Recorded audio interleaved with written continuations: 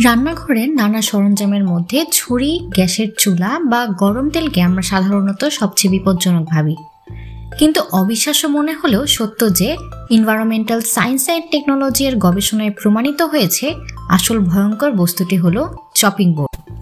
কিন্তু কেন, সেটাই জানাবো আজকের ভিডিওতে। চপিং বোর্ড মূলত আমরা কাঁচা মাছ, মাংস, শাকসবজি কাটার জন্য ব্যবহার করি। কিন্তু এই চপিং বোর্ডেই ব্যাকটেরিয়ার আস্তানা হয়ে উঠতে পারে, যা আপনার স্বাস্থ্যের জন্য মারাত্মক হুমকি হতে পারে। বিশেষ করে কাঠের চপিং বোর্ডে ছোট ছোট ফাঁক ফোকরে সহজেই ব্যাকটেরিয়া জমে থাকতে পারে। স্যালমোনেলা, ইকোলাই, স্ট্যাফিলোকোকাসের মতো ক্ষতিকারক ব্যাকটেরিয়া এখান থেকে খাবারের মাধ্যমে আপনার শরীরে প্রবেশ করতে পারে।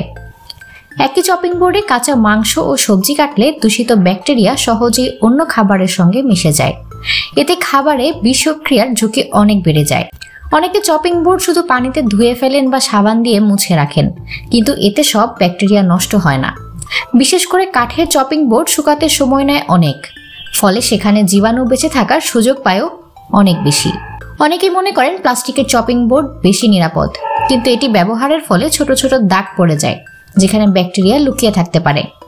এমনকি প্লাস্টিকের ক্ষুদ্রাতি ক্ষুদ্র টুকরো মাইক্রোপ্লাস্টিক খাবারের সঙ্গে শরীরে প্রবেশ করেও ক্ষতি করতে পারে। এই জন্য আসলে কি করণীয়? করণীয় হলো কাঠের চপিং বোর্ড গরম পানি ও লবণ বা ভিনেগার দিয়ে পরিষ্কার করা উচিত। কাঁচা মাংস এবং শাকসবজির জন্য আলাদা চপিং বোর্ড ব্যবহার করুন।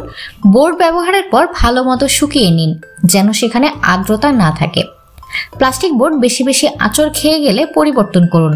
মাঝে মাঝে বোর্ডটি রোদে শুকিয়ে নিলে ব্যাকটেরিয়া ধ্বংস হয়। রান্নাঘরের অন্যান্য সরঞ্জামের মতো চপিং বোর্ডকেও গুরুত্ব দিয়ে পরিষ্কার রাখা উচিত, কারণ এটি শুধুমাত্র খাবারের কাটাকুটির জন্য ব্যবহৃত নয়, এটি আপনার পরিবারের সুস্বাস্থ্যেরও অন্যতম নিয়ামক। সুতরাং একটু সচেতনতা আপনাকে অনেক বড় বিপদ থেকে রক্ষা করতে পারে। জানা অজানা এমনই সব দারুণ তথ্য পেতে এখনই সাবস্ক্রাইব করুন আমাদের চ্যানেলটিতে।